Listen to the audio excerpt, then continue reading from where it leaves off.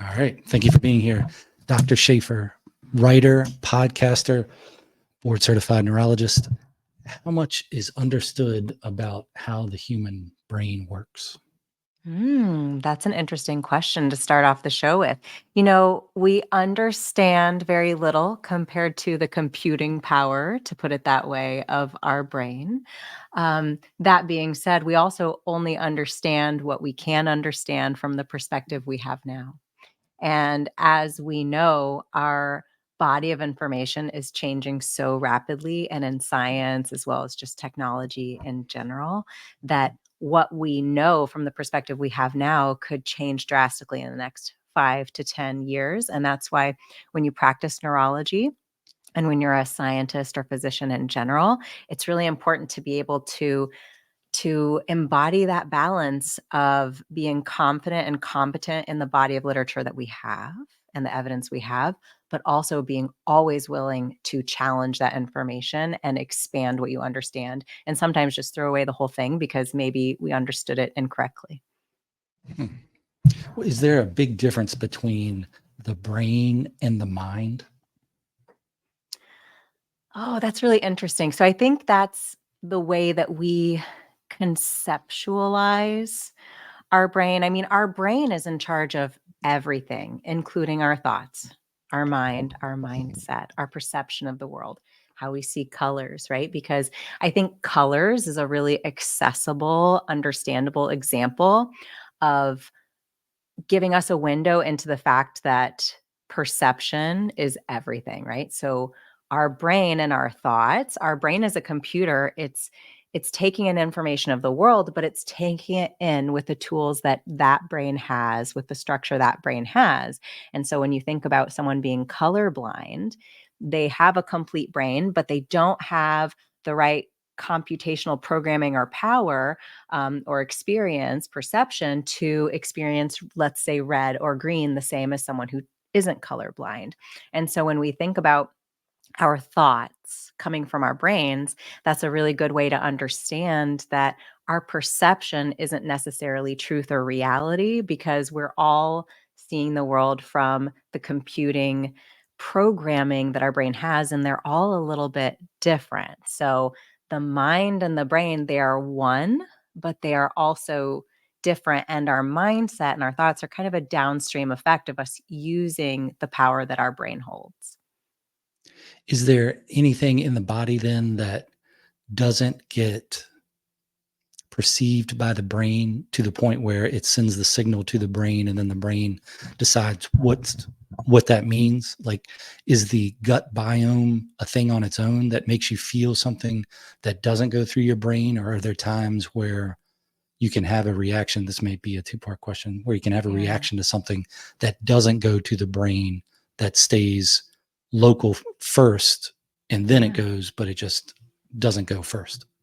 Yeah, absolutely. I mean, our body, our nervous system is not just the brain, right? And you allude to that, it's the spinal Mm. cord and it's all of these kind of micro systems going into the macro system, right? Because our fingers are full of little tiny, tiny neurons and they are feeling not only pain, but they're also feeling, how much pressure there is. They're feeling vibration.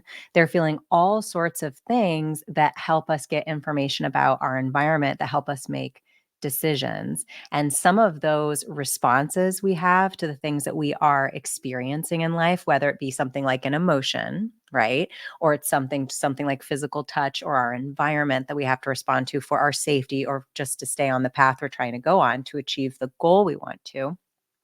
That involves both the things that we're aware of consciously, as well as things that are happening unconsciously, both in our brain as well as reflexively, right? So, like when you're driving, you would never want to be playing with your knees, bopping your knees, right? Because most of us have experienced in our life, starting with when we're little kids at the doctor's office, if you bump your patella, you might end up boop going like that. And that's not a decision that your brain made. That's a decision that happened in the spinal cord from the nervous system because you bopped that and a reflex happened. So our body's responses to stimuli, or in other words, things that happen to us, things that are in our environment, they're happening on multiple different levels. So if could you say that the brain has some sort of base programming in it then? I mean, to make it kind of Mm. computer, but maybe that's just words that Mm. Well, body isn't it all? normally comes with is some sort of base programming on how things work to where, like, if you're driving a car, you learned that the turn signal Mm. to go right Yeah. goes up and to go left goes down. Like, that's not something that's instilled in your brain to start with, maybe. But if you are trying to reach something, your mind knows, I guess that's learned too, that you reach to Yeah. try to reach it. I don't know. Does that make sense? It does, and it's interesting because as you're kind of posing the question and answering your own question and you're thinking about it, I think it gives really good credence to why we as people benefit from doing mindset work and by challenging those habits we have, those circuits that we live out every day, that are affecting how we're achieving our goals, how we see ourselves, how we interact at home, at work.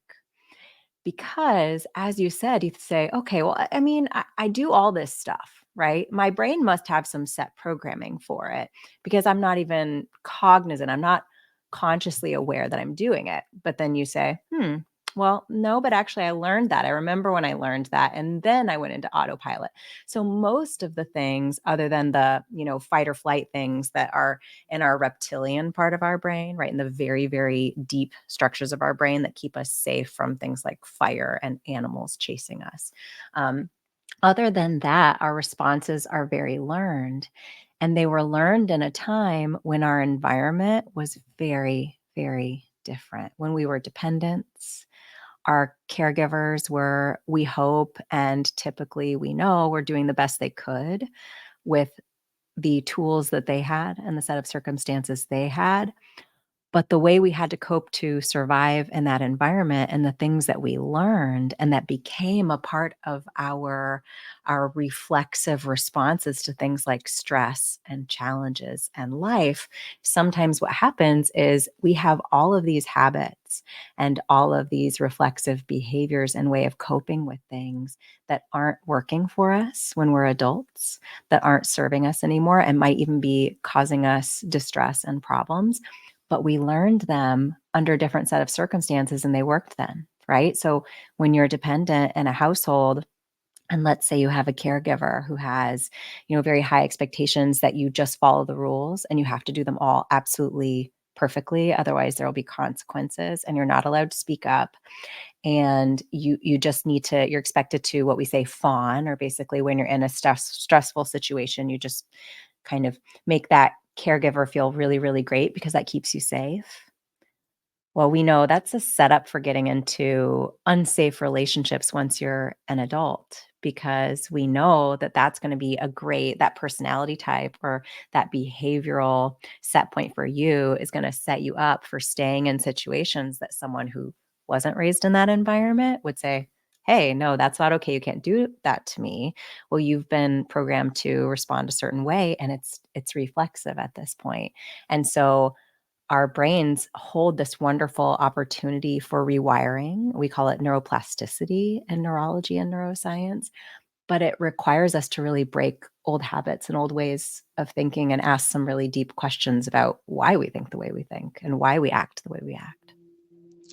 How much are we aware enough of how our mind works, where if you are raised a certain way and then you maybe are in a relationship with or starting a relationship with or meet someone, whether it's a pairing relationship or just coworkers, whatever it is, that you get that feeling that is uneasy around them? Is that the deeper parts of your memory that you can't really understand that are saying, this isn't right, this isn't right, this isn't right? Yeah. And it's interesting because there's a balance with that. Our brain doesn't necessarily like novelty.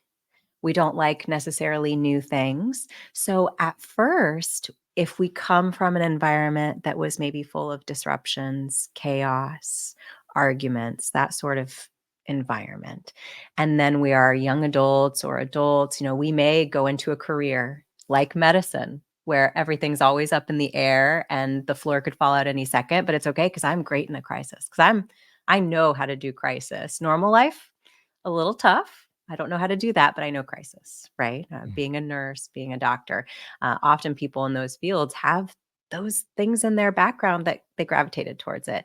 And similarly, when we have interpersonal relationships, at first, something that feels comfortable to us is going to cause us discomfort over time. So often, I would say, if you do feel that pang of a warning from your nervous system, first off, when you meet someone, listen to that.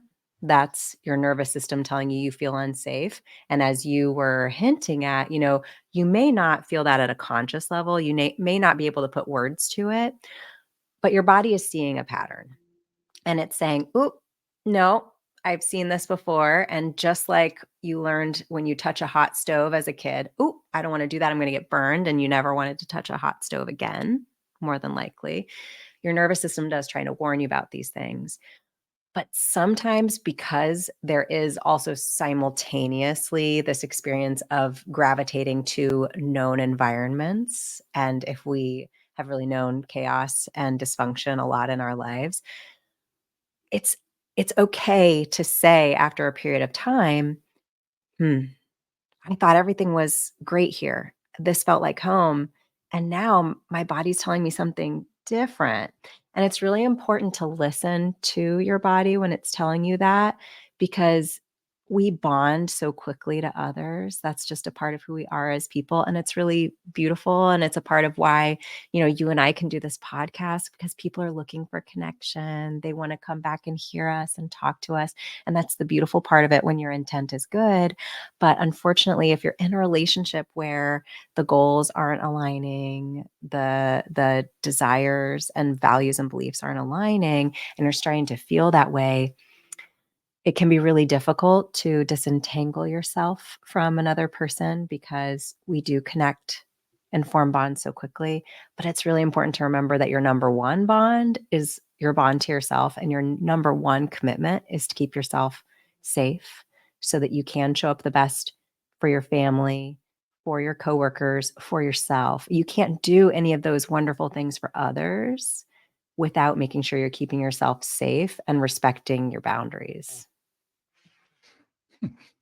How do you then retrain what your mind has learned and kind of instilled back in your subconscious or maybe just your deeper conscience that you don't think about much?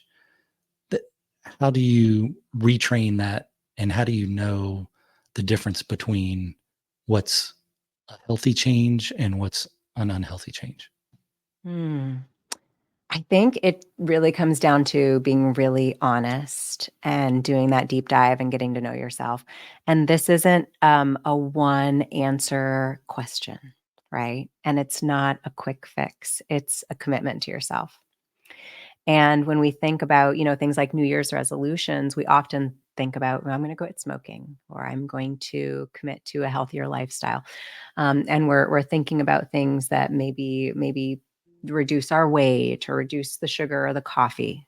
Whatever it is that you decide, we're often thinking about things like that.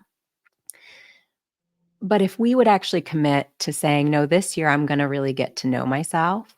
I'm going to trust myself. I'm going to ask myself the difficult questions.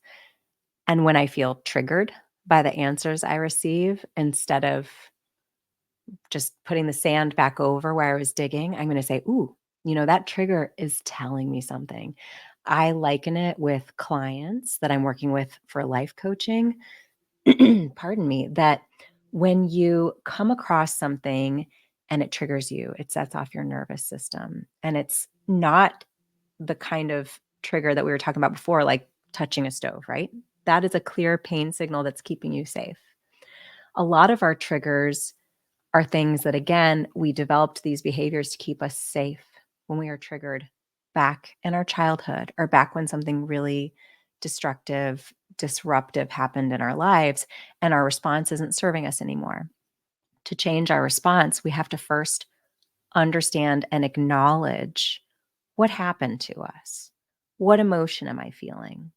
Why do I think I'm feeling that? how is that manifesting in my life with my focus being on that emotion and not actually dealing with emotion, coping with it, and then letting it go? Because all of these are separate processes. They take a lot of time, they take a lot of energy, and frankly, they can be painful and upsetting to go through. But once you do that and you have coped with and really acknowledged your emotions and your experiences, you get out of this repeated cycle of getting triggered and then getting stuck in this tornado of neurochemical responses, this fight or flight or fawn feeling that you get sucked into when you're triggered. And instead, when you come across those triggers, you learn how to cope with them. And it's interesting because, and I apologize, I'm going on quite a long tangent, but I'm very passionate about this. Sometimes when we're starting to do this, we compartmentalize, right? We say like, "Oh, okay, so Dr. Shafer said I need to deal with this and I need to be able to move on. So I'm just going to, again, repackage this and put that away." But that's not what this process is. It's not compartmentalizing and putting it away to forget about it. It's really conquering it and moving past that triggered response. So instead, you are just responding to the stimulus and you're no longer bringing all of this past baggage along with you every time you're triggered. So when you feel that kind of metal detector ping go off because you're triggered again and your heart rate goes up and you're breathing faster and you just feel that tightness in your chest and maybe you're getting a headache, you're maybe even if it's really really triggering, it's changing your vision, all right? Your nervous system is telling you that this is a big deal for you. Instead of running away from it and panicking, you say, "Gosh, this is really important. What am I feeling right now?" Put a label on it. Okay, why am I feeling that? And just really keep asking yourself really curious questions to get down to your why. And once you recognize your why, you may naturally be able to start the process of reprogramming your response to that sort of challenge. So it's no longer triggering for you. How much of that do you do in your mind where you visualize it? Like for me, I would take things that were difficult and I would stuff them in a sack visually in my mind. This sack looks Mm. kind of like a sea bag or a pillowcase mixed together. Maybe like an old sea bag. But anyway, maybe that's just in my mind. So Yeah. you have your problems in there and then you don't have to think about them. So that's the type of compartmentalizing. And then Mm. when you want to, you know they're in there. So it's baggage. You got it in there. And you can take it out and look at it and then go, okay, that's what this is. Eventually you get to the point where you don't keep stuffing it in the sack, where you put it on a shelf visually in my mind, put it on a shelf and there it is with the label and I understand what it is. And I could probably still go back and look at it and feel all those same things I felt when it was new, but I don't have to because I've looked at it enough to understand why I feel that way about it. And then I've taken it from the bag and put it onto the shelf. How much of it Mm. is visualizing it in your mind? Yeah, that's so important because you've given it some structure and different people, different people want to visualize. I really enjoy visualization. Some people really like to give verbiage around their emotions. Some people like to give them colors. The way my brain works, I don't love colors. It's interesting because as life coaches, there are some life coaches that every session you have with them, they'll say, "What color are we today?" And that really works for some people. But that's why it's important when you're coming from a coaching perspective. It's not about you. It's about figuring out what tools are going to be the best for the person who's asking you for help. So I find it really interesting how first were stuffing them in the bag, but now they're on a shelf. You can see them. They're not hidden, but you don't have to actively engage with them. And it kind of your example made me think of the difference between as a kid when you went into one of those spooky houses at the traveling fairs that come by. And you'd be really scared because you didn't know what was going to happen next, right? You'd never been there before. You knew that you could expect to be frightened, but you didn't know exactly what would happen. But when we get older, we understand the mechanics of it, right? We see the people who are working the ride. We know what's going to happen, and it doesn't hold the same fear driving factors. So when you understand something, right? We're not like obsessing about the fact that this ride exists. Sometimes people are worried to dive into their emotions because they think that's obsessing about them, that's getting lost in their emotions. But on the contrary, by saying, "No, I know what this is. I know what this fear comes from. I also know what's happening in the background, and I know I don't have to be afraid of this." Right? I understand why I was before, but now I see it from a different perspective. I can see the inner workings of this situation. I have taken the opportunity to have also not just my own perspective, but to try to understand the perspective of maybe other people involved in this situation, not to, forgive them necessarily or say that things that occurred to me were okay, but just to simply say, I don't have to give this weight. I can understand it from a different perspective. And now I can just say, it's there, it happened. I maybe wish it didn't happen, but I understand what happened now, and so I don't have to be triggered by it anymore. And I thought that was really interesting how you described your own process with overcoming that stuffing mechanism that you had to cope initially. Yeah, the weight thing in the color, I've never really thought about. I guess when I visualize that wall of shelves, that they're not heavy duty shelves. And when I think about they're more like stored in a shoebox type thing with a Mm. label on it, that if I take it down to look at it, it's not heavy. And even when I'm stuffing it, stifling my emotions, then that is not heavy either. Like when I'm thinking about it. And the Mm. color is not, I don't think it's in black and white, but I don't think it's definitely not bright colors. I never thought about it before. So it's not, it seems like a darker room, not a dark room, just a darker room. Yeah. And yeah, maybe that's, I don't know, visualization. What do you do then if you're talking to someone that seems like they are caught up in a memory or, yeah, a memory of something? Why can they not seem to get by it? If it takes Mm. years, is it just because they're just avoiding it, or what's the deal? What advice would you give them? Yeah. Well, I have to say I'm not a big fan of advice. I am a big fan of tools, and I know it's semantics, of course. That's Mm. not to pick on Okay. anyone who uses As that long as word. you It's know. As it's long as you know. yeah, it's semantics. Um, but I think it's really interesting because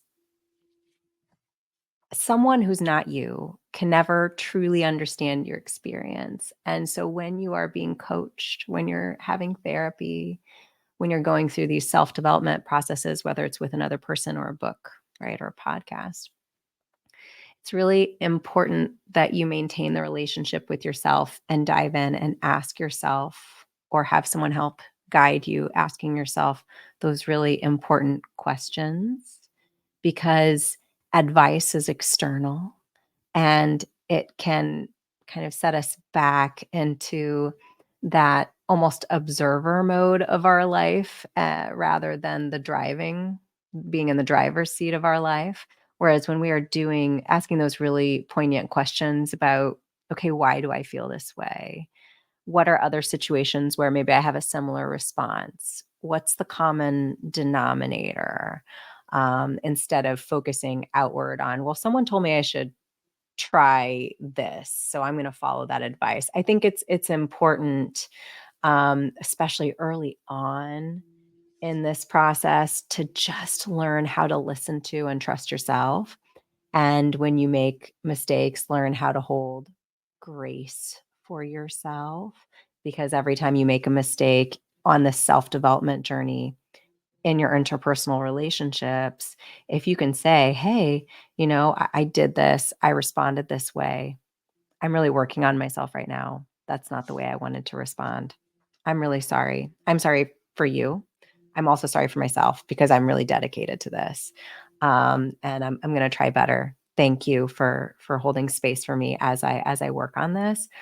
You just knocked it out of the park with that other individual if they are truly your partner in whatever it is you're doing. If they're your work partner, or they're your friend, or they're your love interest, your parent, if they are truly invested in you developing, you just knocked it out of the park with them, because almost no one apologizes, and very few people are really doing that work. So if you make a mistake and own up to it, I mean, that's a huge step forward. And then it's a step forward for yourself, because now you've got that data point. Like, I made a mistake. I admitted I made a mistake. I didn't just cover it up. I didn't stuff it into that bag and say, like, there I go again. There's more evidence that I can't do this. And instead I said, oh gosh, this is evidence that I'm trying and I'm falling, because just like when we learn to walk, we fall a lot.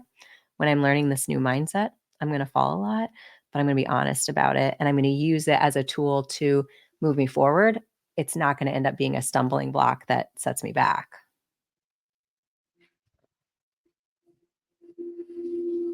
Good info. Good info. As far as stuffing something, apology for the sound, they are air drying the golf course. I never understood why they use a giant tractor to blow wind across the golf course, but that's just the way they do it. Anyway, we got the hurricane coming up, so of course people are trying to get the last golf in before that happens. Well, So it's important to know your priorities and to structure your life that way. with the stuffing emotions into the sack, I'm not sure that is a bad way from my perspective or experience of dealing with things that are overwhelming, because it allows you to continue on with whatever you're doing, and then you can deal with it later. So that's why I think I like the visualization of I'm not worrying about it.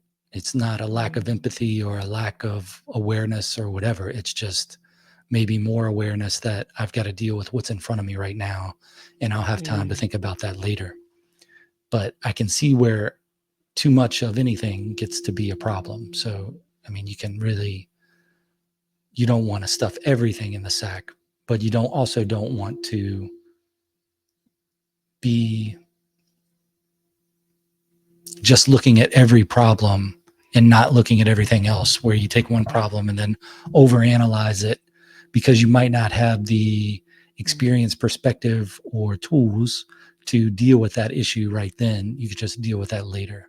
But if you catalog it somehow to where you can say, right now, that's a problem that I've stifled my emotions to that later on, with like these other things, I can put them on the shelf and deal with them. And I'm not sure there's anything after the shelf in my mind anyway, where it's just like, that's what it is. And maybe that's the whole idea of changing your past or not worrying about your past. I don't think I want to forget everything about my past, but it's not like I want to think about everything at once. I mean, as you just said, there has to be some priority where you're in the present, you're thinking about the future, you think about the past, but you have to deal with what you're dealing with. It's an interesting way to see it. And my follow-up question would be, the questions I have are about, okay, so if we, during a time of non-stress, right? If we, when we're stressed, learn to identify our triggers and then dedicate a certain amount of time every week when we are not stressed to go through that mindset work, to do those exercises, to understand our responses better. And then we start to do the work of when we're triggered, instead of stuffing, right? Taking a few moments to do whatever regulatory behavior helps us. So for some people, it's deep breathing. For some people, it's visualization, bringing it back into their body, taking a few minutes to do an exercise, even just laughing out loud when you're stressed, just to kind of trick your nervous system into a different thing. And then saying, okay, now that I'm not in fight or flight neurologically, just think about this, even for a moment. The more you do that, at first it takes a long time, but the more you practice this, my question would be, once you started that work and you start to see how the amount of time it takes to deal with your responses gets smaller and smaller and smaller, eventually it's going to be seconds. And that's why I do think it's really important to challenge the limiting beliefs about how long it takes us to overcome things. Because when we stuff them, there's a pretty high risk that when we come back to them, because they've been like sitting there and they're asking to be fed, right? They're not really gone. They're still there in our unconscious existing. And even if we're not consciously aware that it's bothering us, it very well may be taking up some of our RAM, right? Our processes are dealing with it, whether it's on the top of our mind or not. And when we learn how to deal with it in the moment, we say, "Oh, I acknowledge that. Oh yeah, that's tough. Okay. I yeah, that is upsetting. What am I gonna do about that?" We've literally said it's upsetting. We haven't stuffed it. We've said, "Oh gosh, that's upsetting." But then the next thing we said was, "What am I gonna do about it?" Whereas my question would be, how do we feel in our body when we say, "Ooh, that's upsetting. I'm gonna stuff that for later." Which process is faster and which has a lesser impact or cost to us from the way that we're having to deal with it in our nervous system, with our energy, with our mind, which is going to be more effective for us long term with, again, that investment that you have to put in upfront. Well said. Yes, I agree with that. Like in my life now, there are nothing that I can think of that's in that sack, that it's all been dealt with and it's on the shelf. And then I'm thinking, I wonder how I visualize regular memories versus things that I don't want to say trauma, but just things that are more like serious things that I think maybe I need to think about that in the future or at some other time so I can understand it better. But Mm.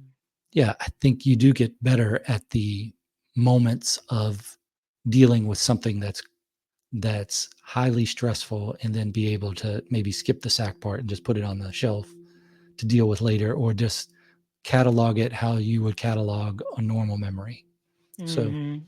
yeah, I can appreciate that. I think when I think about problems, I think about problems in the world of military life and policing and right and wrong and stressful situations like that. I'm not thinking so much about what I would call like a high school problem that Mm. back then it seemed like a big deal, maybe. And now it seems like it doesn't matter at all. Mm. But then I wonder how much of when we're building our foundations of how we think, how that affects us in the future. So I think there was a point in life where I thought high school was, I didn't know anything else. So it was those problems were problems. And then after Mm. it was the realization of that stuff didn't matter at all. What in the world was I thinking? Wasting my time thinking about any of that. And now I'm more to the part of life where I'm like, well, maybe it matters a little, but it's not anything, hopefully, that if I were in that situation again, I would get caught up in. I don't know. Mm. Yeah, Like, it are was a you ever going to training be, ground.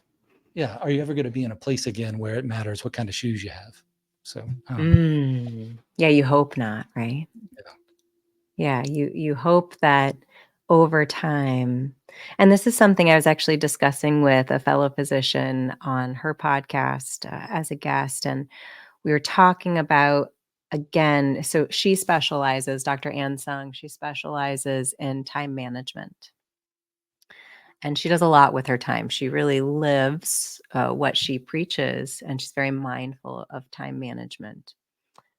And we were discussing, she really wanted to get down to some nuts and bolts, again, some advice to help people with their time. And the topic that I really wanted to impart, the idea was that taking the time, just like we said about the stuffing, don't stuff, right? Take the time to work on your mindset, Sometimes. especially take the time to work on your mindset so that you can have a different way of coping rather than stuffing that'll be just as quick and actually quicker than stuffing, right? And again, I don't expect people to stop stuffing immediately. These processes take often, honestly, years to master. And we're still under certain circumstances that are triggering and bring us back maybe into situations that remind us of childhood and things. We're still going to have to continue to work out those muscles, right? You don't go to the gym for a year and get really nice and toned and then just stop exercising. You have to keep working on it. But the discussion that I had with Dr. Ann Sung was, you know, if we worked on our mindset and were really dedicated to that, we could save an enormous amount of time. Because when we think about how much it costs us to become dysregulated, when you think about how dysregulated you felt about how people perceived what you wore in school, I mean, it really took up so much real estate in the scaffolding of your mind. And so, if we can teach young people these tools from a young age, I think we are setting them up for such success that, because mindset work was not really in the forefront of education when we were growing up, we didn't have those same tools to use. And one of the examples she gave was, when she was younger, she had saved up. She'd done extra shifts at the hospital to buy a luxury handbag because her cultural conditioning was such that that handbag would give something to her. But most people who have bought the handbag and saved up for the handbag and literally sacrificed their time and energy for the handbag, they'll never get that time back. They get the handbag. It's just a handbag, right? What was it that we wanted from that handbag? So ask those questions and then figure out, how can I get that right here now today without losing my time and my energy and without now having this handbag that's not going to do for me what I'm seeking from it. That's a good one. It's related to this idea that now I think of, if something to me seems like it's not going the way I expected, then I stop and say, is it me? And I do that a lot because there are things that bother me. But when you see things like that, hold on now. That's just, maybe it's that simple. It's the, is it me? And it causes that time of reflection to be able to say, is this really something that I understand, or am I the issue here, or is it some sort of external issue? And then when it comes to the handbag example of just having things from the commercial material mindset, where you always think, I'm going to get this thing, especially when you're a kid. Maybe as you get older, it changes. And you think, I want to have this, and this. I'd like to have this many cars and all these things. And then when you get enough money to buy some of the stuff you want that you don't really need, that's when you start to realize that this is stuff that you don't really need.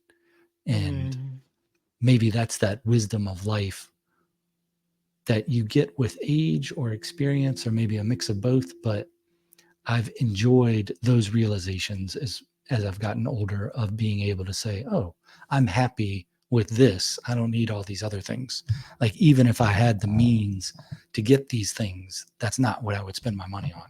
This is all theory, because I don't have the money to get everything that I think, the 10-year-old me would want.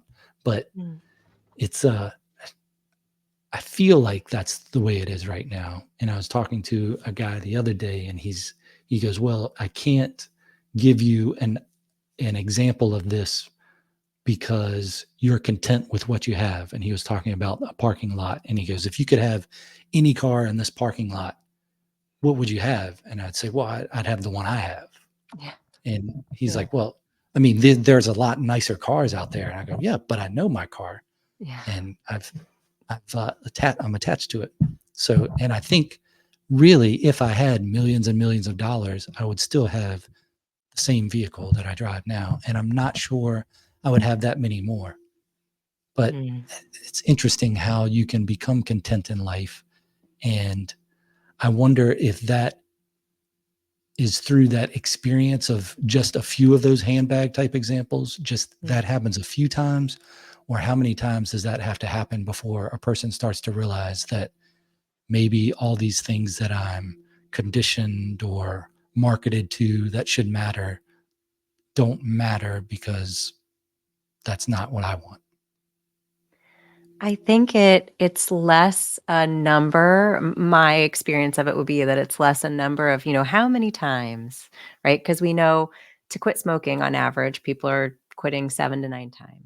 To leave a situation that's involves domestic violence, 7 to 9 times, right? So there does seem to be some magic and repetition, right? We're trying to learn this lesson and it takes some exposure. But, so causation, right? Is that, well, was it the repetition itself that caused it? In science, we have to be really careful that, that's not the causation necessarily. So is it the repetition that caused it, or is it just the amount of time? We're that much older, right? We're our perception, our perspective is changing over time. And so I can't answer which it is, but I do think that there's some magic that comes in midlife where we finally start to understand that the things that we were chasing were external things. And really where we should have been digging was within ourselves the entire time. And that's the work that I really want to do, not only with people of my age group, older, younger, who are in that transformative time of life where they're now a willing participant in really reclaiming their stories and building their future rather than chasing these dreams, so to speak, that aren't really theirs. They don't belong to them, or trying to please their parents, or trying to have this accolade or this degree, what have you, or this house, this car. And instead, they are really starting to see that the magic comes in life when you really live authentically for yourself. But my biggest goal would be to try to be a part of affecting change so that young people understand these concepts when they're learning how to ride a bike, when they're learning right and wrong, right? When they're looking up at you. If you have kids, we've all had that experience, mom or dad, this happened to me. And they're kind of waiting for your response because they're waiting to learn what's right and what's wrong. And if we could be really thoughtful about teaching them mindset and teaching them the difference between, for example, I think in many circumstances, you talked about expectations earlier.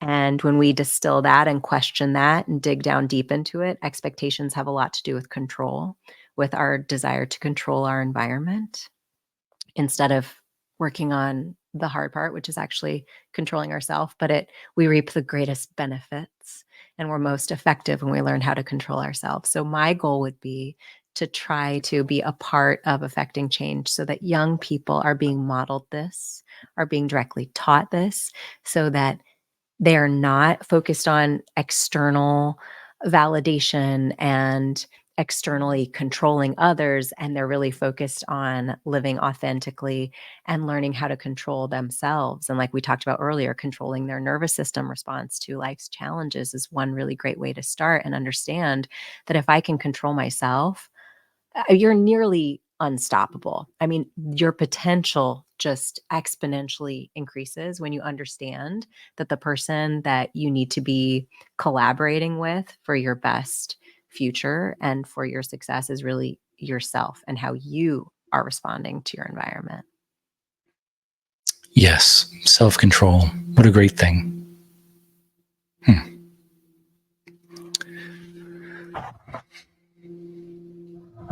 When did you decide to start podcasting? So that started, let's see, it'll be a year ago in a few months. In a month or two. And It naturally happened because I was doing a lot of short form content. I was kind of on the tail end of what I call my messy middle as I was going through life's challenges. And I am a verbal processor, like we talked about earlier, right? Like some people, colors, some people bring it to their body. For me, verbally processing what I'm experiencing is helpful for me to actually put it into words. And on that journey, I would make a reel, put it out there, and people would engage with it. And you'd receive, the messages where someone's saying, "Thank you so much. I needed to hear this message because it basically sat beside me. I was having a similar experience and feeling really isolated and alone." When the reality is, we're all having these challenges and we're not being very vulnerable about it for the most part. We're not bringing them to light. So we're feeling so isolated and alone. And what naturally bore out of doing the short form content and starting to blog, et cetera, was then starting to do the podcast, Talks with Dr. Shafer. What equipment did you start with? Ooh, I have it behind me, I think. Just a really inexpensive microphone and, pop filter, my computer. I know there's pictures out there from my early days. GarageBand. I started with GarageBand, which is free. And when I started, it was just kind of, I'd have a theme, but it was just stream of consciousness. And again, I was coming off of that messy middle, so I was still verbally processing. And I'm so grateful that that exists because it's a really vulnerable and honest way to capture that journey and to show the development. If you really focus on self-development and you focus on your goals and you're accountable to them in a year's time, to actually just see where that can lead to, that significant change.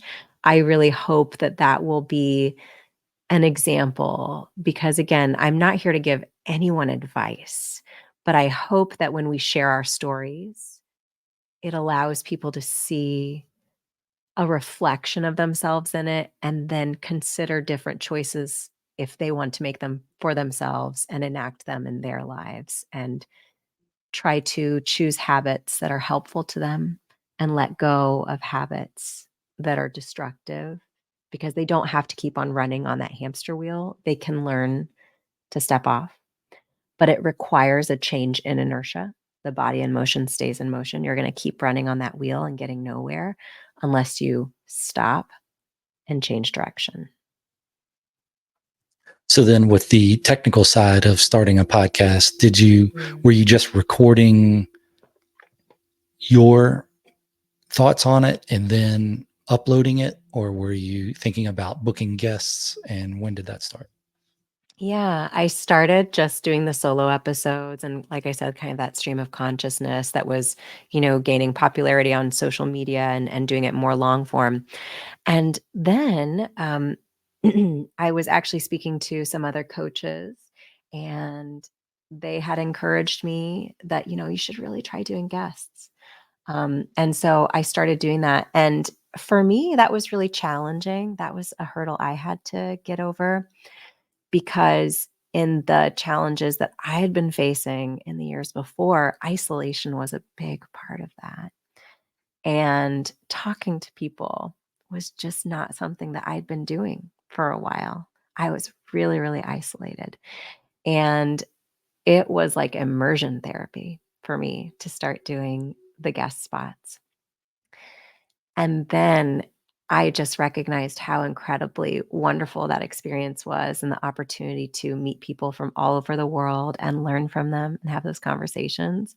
It was just incredible. So, absolutely, I started then doing the guest spots. But one thing that happened when I was doing 2 guest spots a week, because I do have 2 shows out a week, people were wanting still to have the long form solo talks. So it evolved because, again, we need to be taking in that feedback and understanding what it is that our audience feels that they're getting the most benefit from. They love having the guest spots, but they also love having the direct short talks where we talk about things like reconditioning and limiting beliefs and neuroplasticity. And so what I started doing was one guest talk every Tuesday, and then what I call a short talk on Talks with Dr. Shafer on Thursdays. And occasionally I'll throw in an extra episode on a weekend. Last month we did one on female physician suicide, because sometimes we get a really timely issue that we want to just make sure that we get it out to the world, and we don't want to delay it. But for the most part, that's how things have evolved into the 2 episodes a week, but one solo, one guest. And how did you decide your format for it? Like, did they start video podcasts or not? Yeah, so they didn't. At first, they were simply me and a microphone. And that was a very comfortable place for me. I was a recording artist many moons ago. So, speaking into a microphone, singing, all of that was very comfortable for me. But then again, getting feedback from others, they really need to be audiovisual now. That's really appreciated by your audience. And I can absolutely appreciate why. So then I started transitioning to that. I will say I love that it's there for someone who wants to see it, and it captures some amazing moments between, especially in the guest episodes, between myself and the guests, and allows them to show their books and show pictures and things. So that's wonderful. But for me, when I listen to podcasts, it's in the car. It's while I'm vacuuming or doing the dishes, right? It's while I'm doing something else, while I'm running. So I'm more likely to listen to an audio only podcast. So I would say, if someone is listening, and here, I don't love giving advice, but just my own experience, if doing audio visual is something that's holding someone back from podcasting, just start with audio and then see what you feel comfortable with as it evolves. Don't allow audio visual, being such a prominent part of the podcasting field right now, to be something that stops you from sharing your story with the world, because the world definitely needs to hear your story, whatever way that you're comfortable with it. Yeah, the audio visual part I like because you have the option. So you can listen to it while you're doing all those tasks, but you can Mhm. also, if somebody says, like this thing here, then you have that Yeah. extra element that you can look at. Or it's good to put the face with the voice every now and then. And Mm, I think it's more of a connection on like a conversational level, where yeah. one of the draws for podcasts to me is like you're in a conversation with that person. Now, when you're listening or watching a podcast, it's like a conversation, but you can't say anything. You could say it, they're not going to hear you. And, you know, I'm not delusional to where I think I'm a part of the conversation, but it feels more of that personal connection. So I like that feel of it. So that's why I think the video part is important. But Yeah. and then it's also easier to talk to somebody if you can see them.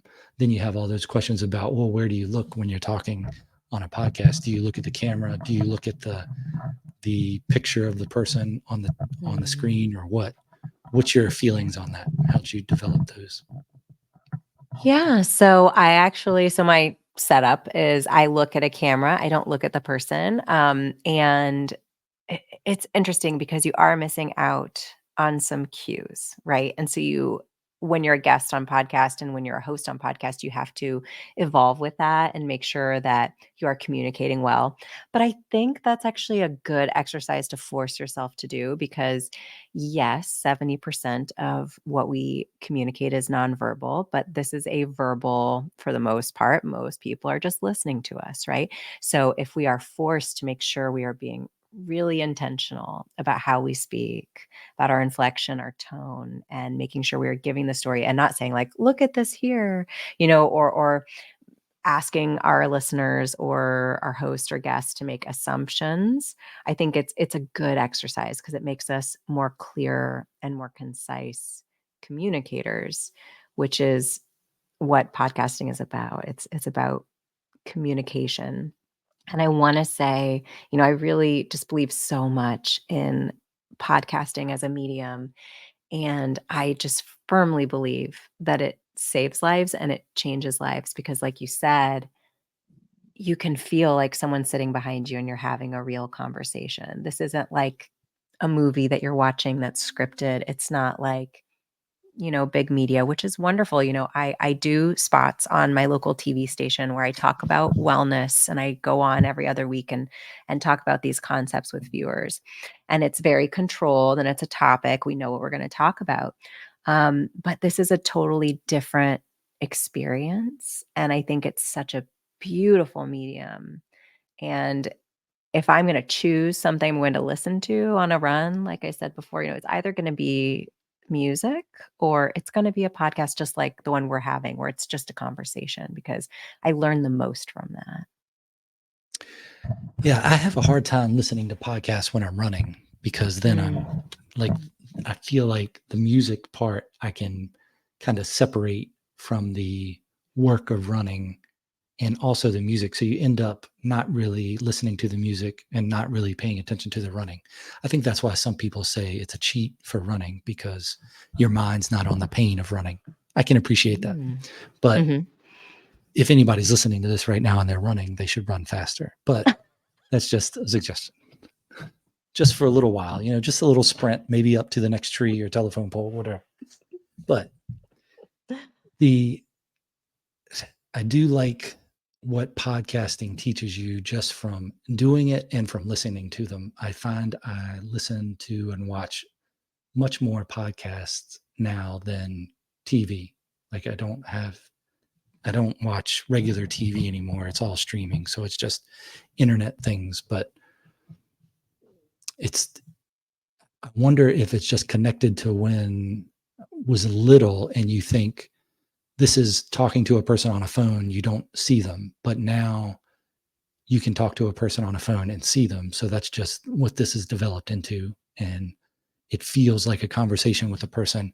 Although I'm pretty sure that sitting in the room with someone and talking on a camera is different, but Mm. it's so much easier this way than trying to schedule people to come to a place. And I think that would make it out of reach for a lot of people that podcast.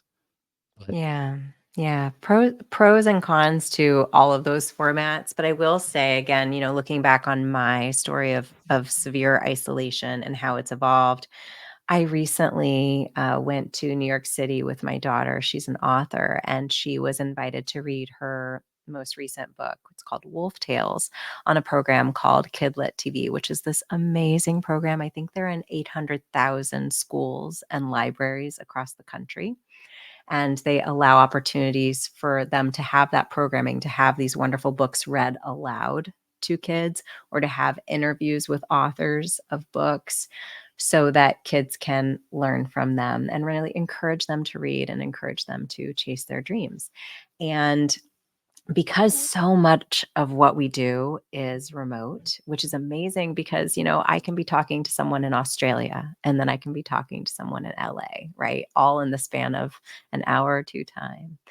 And that's amazing. But I will say that going there and being there in studio and meeting people from all over the country that were there also to read their books and to talk about the importance of their stories and to reach this amazing audience of schools and libraries, it was such an incredible experience for me and for my 10-year-old, who is just learning the power that her voice and her efforts have in the world to do good things and to encourage others, kids like herself, to reach for their dreams and to not lose their energy and their focus trying to control externally, but stay focused on the things that really make them happy and move them towards whatever goals that they have.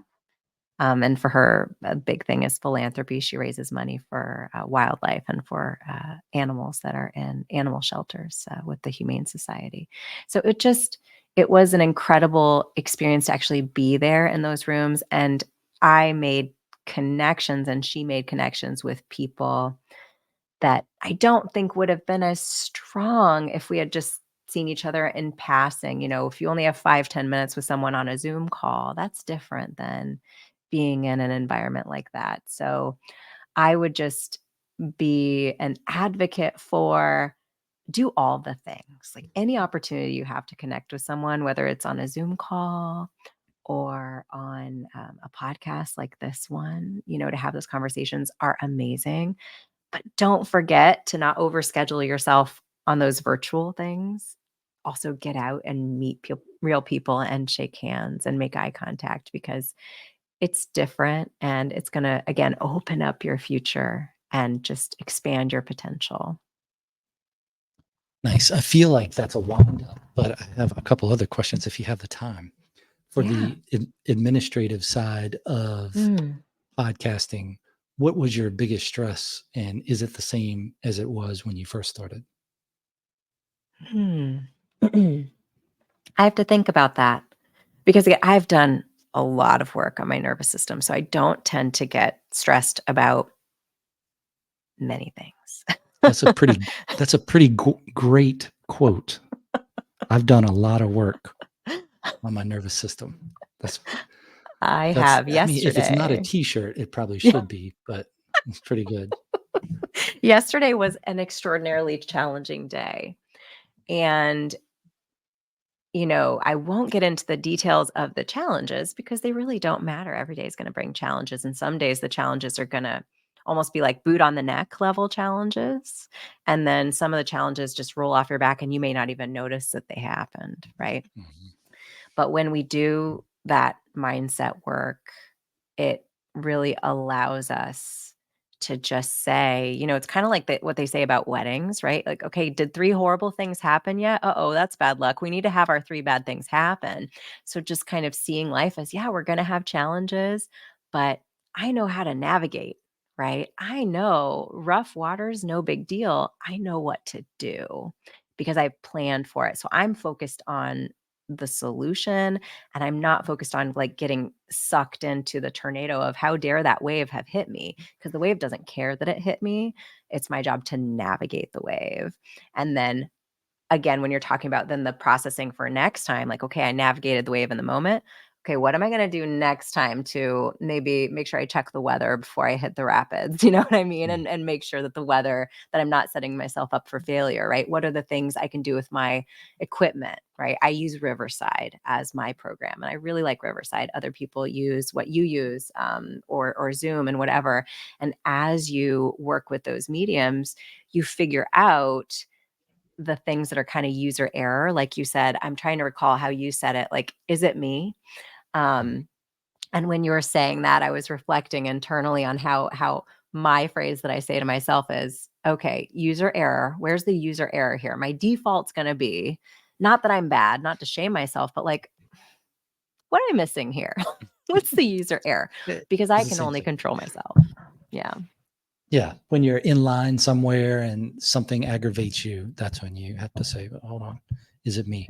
Or if you're on, the phone with the cable company or whatever, and it doesn't seem to be like you're communicating, are you the problem? Yeah. Yeah. User error. What can I adjust? Because again, if you're so focused on things happening to you and like again allowing it to get you into dysregulation territory, that's not as helpful, and it takes so much time and energy. When we get stuck in that fight or flight, which we're all going to have times in our lives where that happens regularly, if we can work on skipping that or minimizing the time, that is such a way to reclaim our time and our stories, because a storm passes, right? And then we have to clean up after the storm. We don't want to be stuck in that storm forever. The storm is gone. Now we need to figure out how we want to move forward from it. Okay, so we've talked about the mind, a little bit about neurology, podcasting. Where does writing fit into your life, and when did you start doing that? And how do you carve that Mm. time out for that now?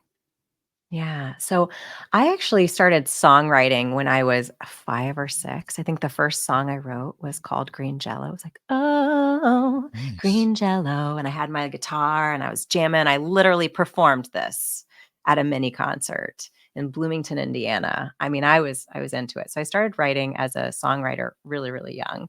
And then that evolved into a much more professional setting. But then as a teenager, I started writing for a local magazine, Indianapolis Monthly Magazine. And then, I went to medical school and all those things. And then you don't have really the time for those endeavors that I once had. But as I came to a place where I was reclaiming my story and getting back to the things that brought me joy, playing piano again, writing music again, singing again, writing again, I have just found that journaling and following the lead of my thoughts and giving them weight rather than just kind of letting them pass has been really interesting and healing for me. Just like we were saying before, name the emotion. If you're upset, name it, and then you can move on from it. I have found that when something's on my mind, if I write it down, then I can release it. If something bothers me, then I can make a little podcast episode about it. And my time from almost being triggered, something's like on my mind bothering me, to resolution is, that loop is really small rather than really big because I'm, you know, ruminating about it and I'm talking to friends about it and I'm talking to my husband about it and I'm complaining about it, but I'm not dealing with it. Writing is one of the ways for me to just close that loop really quickly, save my time and my energy, and then get the lessons and leave the other stuff behind because I don't need that. I need the lessons. Yeah, I like that about writing. I think that's the best thing about writing is it teaches you how to think, because Mm, in order to write it, you have to think about it. yeah, So, yeah. And then the part of who's a writer and who's not is, it's, did you write it down? That's the difference between a writer and not a writer. I So love the it. journaling and other things, when you have an idea that occurs, whether you write it down in your notes, in a notebook, somewhere else, then that's the difference. And then the Yeah. only difference between publishing it and not is just putting it together enough to where you can publish something yourself or through a publishing house.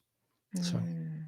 And I love the clarity and concise nature and the directness that you use in discussing that because at the end of the day, the barrier between A and B, you thought it, you write it, okay, and you published it. Often there are a lot of limiting beliefs between there. If we replace that with I can, I can, I can, right? And one of the things that I talk about a lot with clients is something I call the butt wheel. So we could get stuck in a negative way of thinking, BUT wheel, and we could say, okay, okay, different wheel. a different wheel. I say that by the way, tongue in cheek, because I want to get people's attention. I want to make them really remember this tool because I think it's really critically important. It's really useful.